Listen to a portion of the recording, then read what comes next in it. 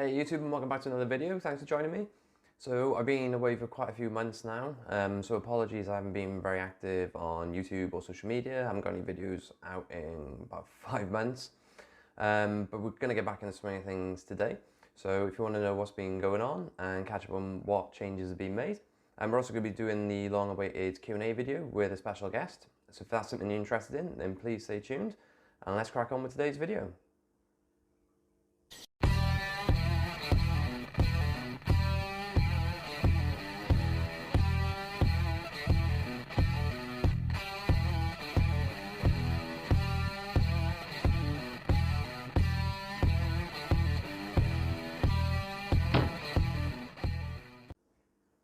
Okay, so welcome back. So like I said, a lot's been going on and I had to take some time away to get things sorted. We've been planning a wedding and trying to sort our house out, as you might already tell. I don't know if you can see the difference in the room. That horrible red colour is actually gone. And I've actually managed to paint the room, which is a massive job, emptying the tanks, getting them all out here to do that. I will be doing some future updates on all the enclosures and animals as well as we've got some new projects going on, which I'll explain a little bit later on, so just make sure you stay tuned for that. But a while ago I did ask you all to send me some questions for a Q&A video with a special guest, so we're going to be doing that today, so thanks for everybody that sent in any questions. The guest we're going to have on today is one of my friends from YouTube, which is Joe from JTB Reptiles. So if you haven't come across him yet, he's another channel that specializes rather in bioactive setups and reptiles. He does do a little bit of fish as well. So I'll put his link for his channel in the description down below. So if you please go ahead and support him. Go and check his channel out. We'd be really grateful. But I'll hand you over to Joe now and he can let you know a little bit about yourself and ask me the first question. Aye, John, so thanks for having me on. But honestly, I imagine you've probably already introduced me well enough, but if you haven't, I'm Joe from JTB Reptiles, and if you want to see more of me, then do go and check out my channel, although I don't really know why you'd want to do that. But anyway, let's get on with the questions. So the first one's coming in from the Aquatic Beast 98, who asks, what was your first pet, and was it a catalyst for you, as in, did it spark your interest in animals? Okay, thanks for that, Joe. So my first pet was probably something fairly like a hamster or a guinea pig. Can't actually remember. When we were younger, we did used to have a lot of pets, and we would even take in animals that were injured and look after them. So we were always a household with lots of animals in it. So I would say it was probably a hamster. So then, Elise Bartley's coming in with a couple more questions now, and she is asking, what was your first reptile, and have you always been into reptiles? Then she also asks, has your chameleon Bert always been so friendly, and is it exactly normal for a chameleon to be as calm and friendly as he is? And finally, she does ask, what reptile would you recommend as a beginner species for somebody who's just starting off with reptiles, and would leopard geckos be a good choice? Okay, thanks for all those questions, Elise. So my first reptile was, I actually had two at the same time. I remember coming home from school one day and my dad had brought home a ball python and a Californian king snake as well. So I always wanted reptiles. I remember going into a pet shop one day when I was younger with my dad and we seen an iguana. And from then I was obsessed. So it was quite expensive back then to set up something like that. So we decided on getting snakes and we ended up in the end getting 3 ball pythons and we had the Californian king snake. So that was my first reptile. I haven't always been into reptiles. When I was younger, it wasn't such a big thing and they were very rarely seen, but we did have a pet shop in my local area where they did start to specialise in that. There wasn't so much information around then. I remember me and my dad used to go and sit in libraries and reading books and waiting for books to come back in because there was very limited information around. But from the moment I realised you could keep a lizard or a snake, that was something I really wanted to do. So yeah, I suppose from the age of about 7, 8, I was always into reptiles. Since I had Bert, yeah, he was always so friendly. I remember going into the pet shop. As soon as I opened the glass, he reached out to grab me. He's always been like that. I've never owned another panther chameleon to know if they're all like that, but from what I can see, they tend to be the more friendlier species. I did used to have a Yemen chameleon or a veiled chameleon, which wasn't as friendly, and they don't tend to have such a good reputation. But like any other animal, I suppose each to their own, and everyone is different. But Bert has always been, as you've seen him on this channel. In terms of a good beginner reptile, you see a lot of videos just saying corn snake, ball python, and that sort of thing.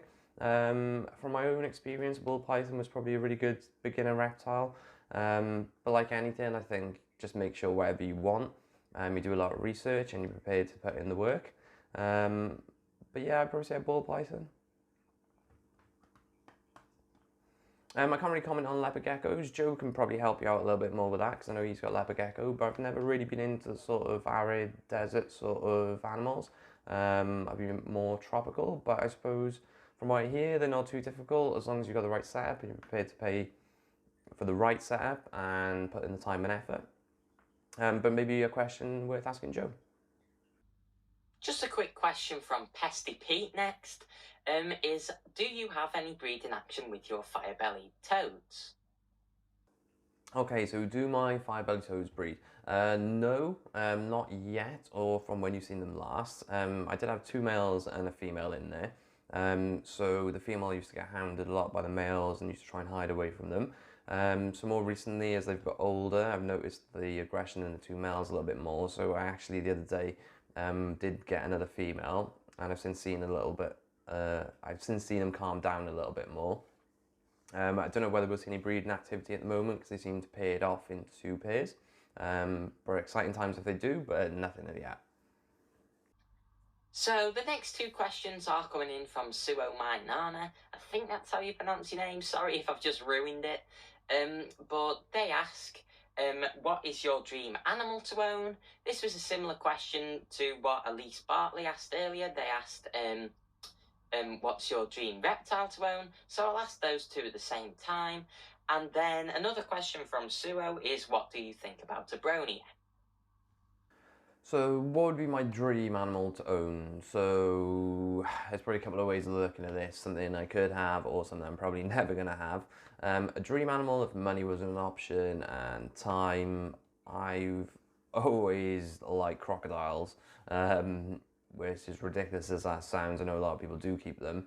They are probably one of the animals that fascinate me the most and probably helped my love of reptiles. So if money was no object, probably a crocodile. I do like a lot of the monitor lizards, especially tree monitors and caiman lizards as well. But anything that is aquatic as well always really interests me. So I'd probably say maybe a green tree monitor or a blue tree monitor, something like that, if it was in the realms of something you could get. So yeah. Pat and Will's coming in with quite a lot of questions now. So you might want to split these up and answer them separately because there is rather a lot. The first being, would you keep a tortoise? His next question, I'm assuming he, apologies if that's wrong, is how do you find time for your pets? Do you have any advice for combating different types of algae? And what is your day job? Okay, so would I keep a tortoise? Never say never, but it's never been something I've been massively interested in. Nothing against tortoises, but I suppose they take up quite a lot of room, and probably not something to be next on my list, but you never know, you can always be swayed. Okay, so how do I find time for all my animals? Well, to be honest, it doesn't take a massive amount of work. I think that's the benefit of doing bioactive, and I've been a massive advocate of bioactive setups, as is Joe as well. Each night probably takes me maybe 45 minutes, maybe half hour every night to come up and generally feed mist, and I generally do a water change most nights on a tank. So I think keeping on top of it is quite straightforward.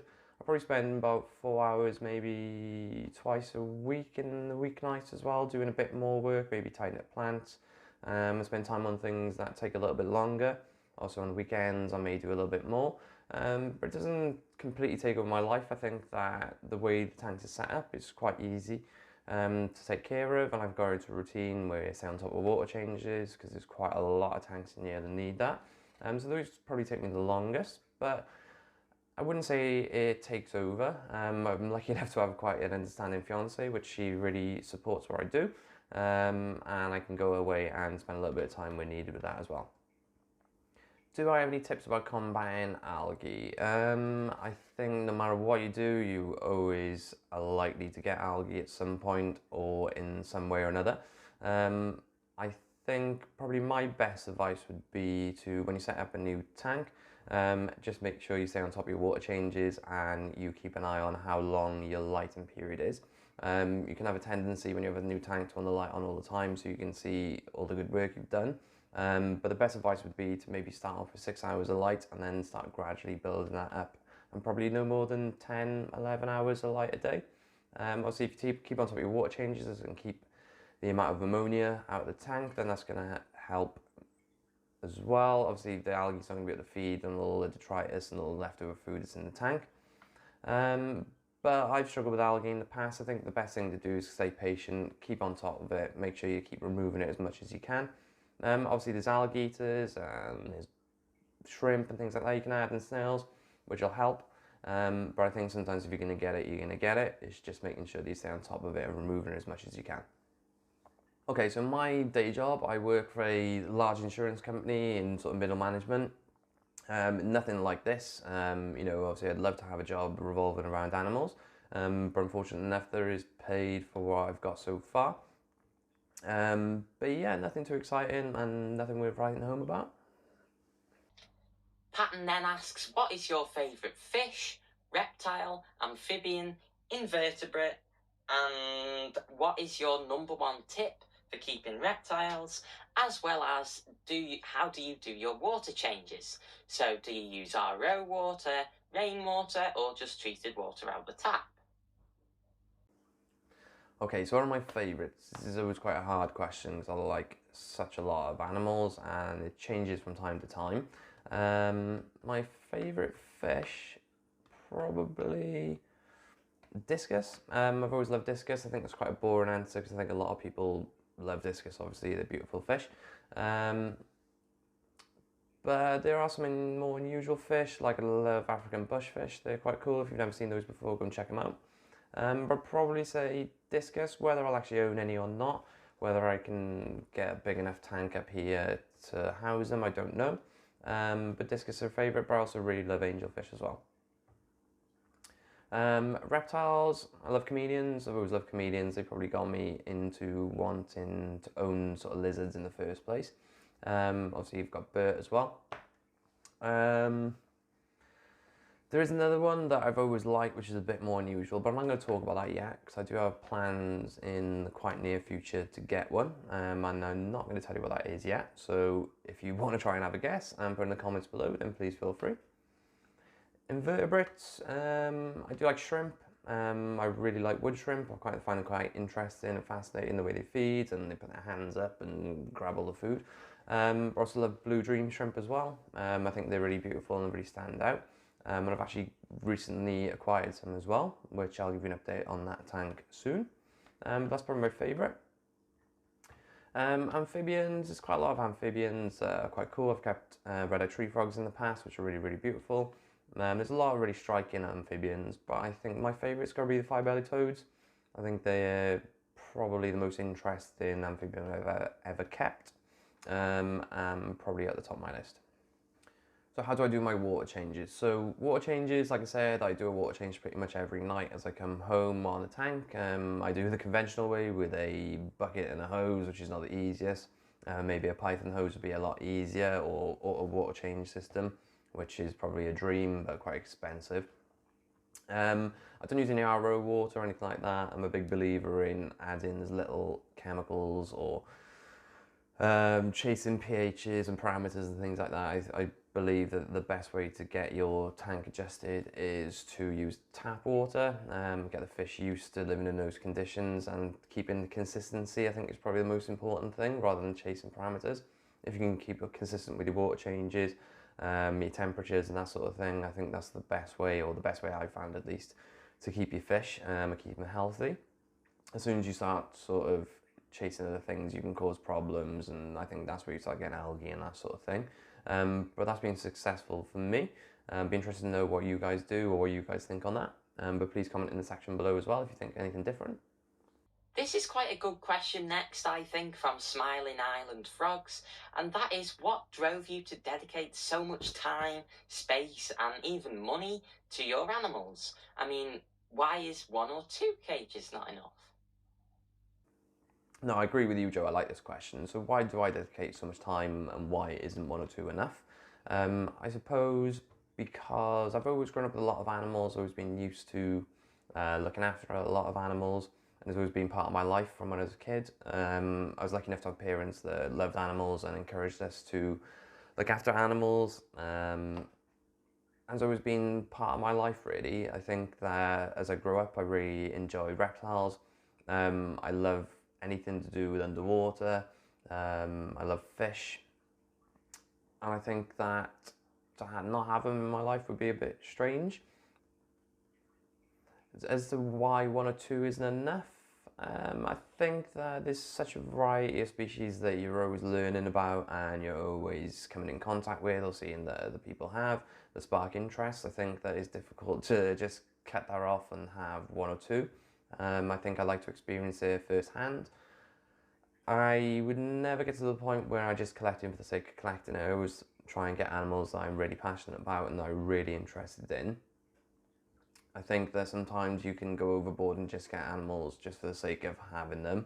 And as long as I know that I've got the time to keep them, that's when I know that it's the right thing. I think if it got to the point where I was struggling to look after them all and I didn't have enough time or money or resources to do that, then that is the point where I think you realise enough is enough. And the last question of the lot is from Goa Pack Goa, who asks, what reptile or herb, so amphibians included, would you recommend for a complete beginner that has already kept fish and birds but has never gone into keeping any herbs before? Okay, so similar to a question we had already, but I think a good beginner, not necessarily reptile. I think there's a lot of lists out there that would literally say bearded dragon, corn snake, ball python, leopard gecko, crested gecko. I think you see that everywhere. I think for me, I would definitely recommend five-bellied toads.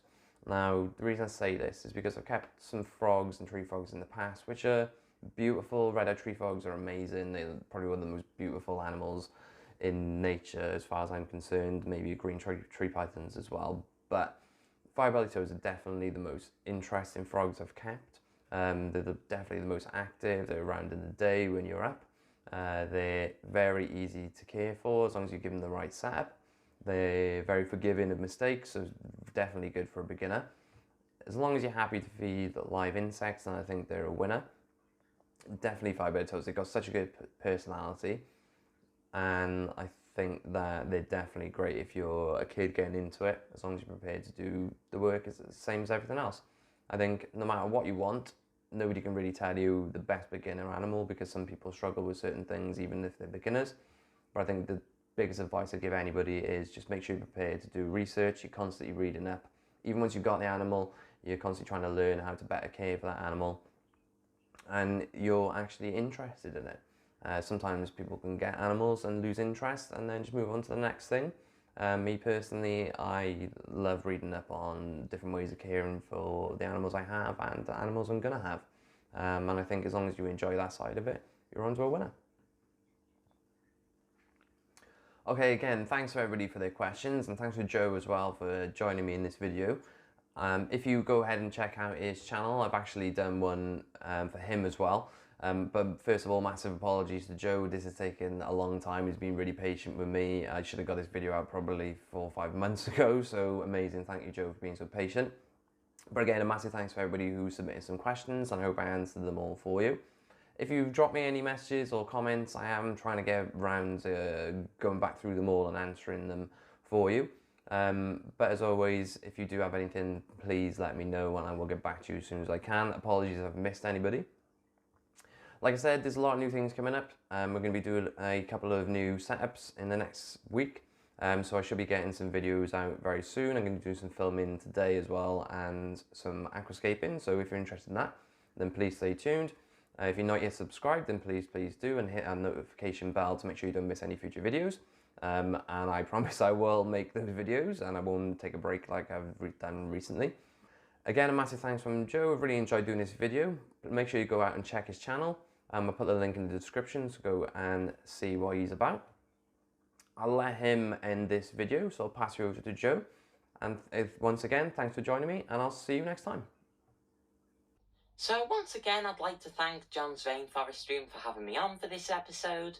I've never done a collab with anyone before, so this is kind of fun for me, and I hope that you guys watching this did find it interesting. Now, if you would like to see more from me, which again, I don't know why you would, because I do not like watching me on YouTube, but if you do, then go and check out my channel. I'm sure John will drop a link in the description or in a card or something. But anyway, that's it from me. And once again, I'll say thank you to John for having me on. And I will see you in another video.